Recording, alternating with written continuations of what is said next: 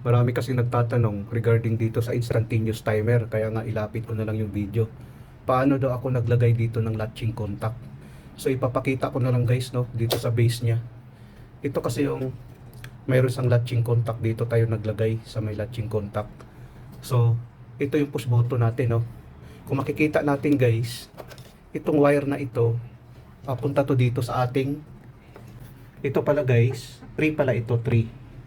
At saka ito naman ang 1. Number 3 dito, kung makikita natin, no, number 3 papunta ngayon dito sa number 1. Kung makikita natin dito guys, ang number 1 kasi dito ang ating common number 1, no.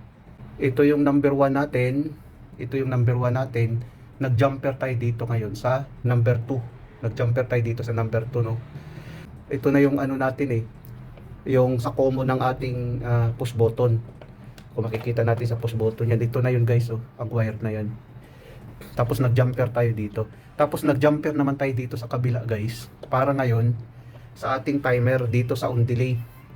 Para dito sa on delay natin, oh. Nag-jumper tayo sa number number 8. Nag-jumper tayo sa number 8. Ito na yun, oh. Nakalagay sa number 8, tapos lusot sa number 6 papunta sa ating contactor.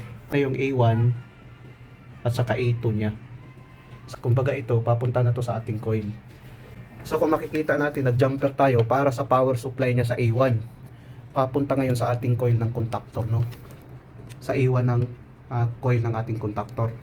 Tapos ang A2 naman ito, lusot sa 95, no, sa overload. Overload, ito yung overload natin. Ito yung A2 ng ating contactor. Papunta ngayon dito. Tapos ito namang overload, papunta na dito sa line 2 ng ating circuit breaker. Ganon ang connection niya guys sa ating instantaneous timer. Tapos ang ating instantaneous timer nakalagay sa times 10 para hindi instant kaagad. Tapos nakalagay pala siya ito, nakalagay ito sa 6 ano to, ilagay natin sa 5, 6 pala ito guys. Ganon dapat. Ito guys ang 5 seconds. Ilagay muna natin, oh. Ganon yung connection niya guys, no.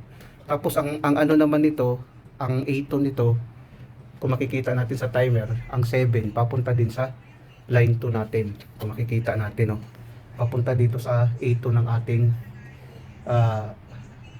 magnetic contactor. Papunta ngayon dito sa ating overload ng A2. Nakasetting siya sa seconds. Bali 5 seconds yan. Ito ang 6, 7, 8 hanggang 10, 9. So isetting natin sa 5 seconds. Tapos nakakabit sa ating 3-phase motor ang ating contactor, no. Ang contactor natin, mayroon siyang 3-phase motor na nakakabit. Tapos ito naman ang sa control natin, circuit breaker ng control. Ito naman ang circuit breaker ng ating 3-phase motor, no. Ito yung CC, contactor contact, yung contact niya dito. Pag mag-close yan, gagana ang ating motor kung i-on natin to. So i-try natin ngayon.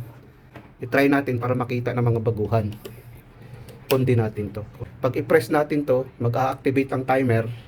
After 5 seconds, gagana ngayon ang ating 3-phase motor. Kasi mayroon siyang on delay. Nakakabit sa on delay, tapos mayroon siyang latching. Unang makikita natin guys, mag-activate muna ang kanyang signal, no. Makikita natin. Yan, nag-red. After 5 seconds yan, gumana ang ating contactor, gumana ang ating motor guys. Yun. Ganun ang function niya, no. Mayroon siyang on delay na 5 seconds. Pwede natin i-off dito.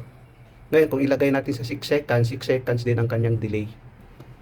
Try natin. I-on natin. Ayan. 6 seconds yan guys, bago siya mag-activate ang ating contactor at gana ang ating motor. Ayan. 6 seconds yan. Ganun siya, no? Kung makikita natin. Kung i-off natin, mamamatay na. Mamamatay siya. Ngayon, sa troubleshoot naman, pag hindi gagana ang ating motor, may possibility na ka-off ito. Gumagana lang ang contactor. Try natin. Para makita ng mga baguhan.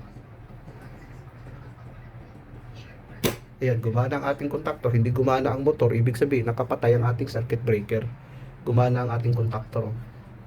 So, pag i-off natin, mamatay.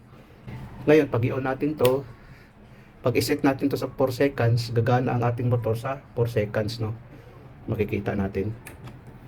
After 4 seconds, gagana siya. Dahil nakasetting sa seconds ang ating timer. Yan. Pag gumana naman guys, nag-indicate naman siya dito ang red. Ganun ang function niya. Ito guys, request to ng mga baguhan kaya pinagbigyan ko na lang. Pag i-off natin mamamatay.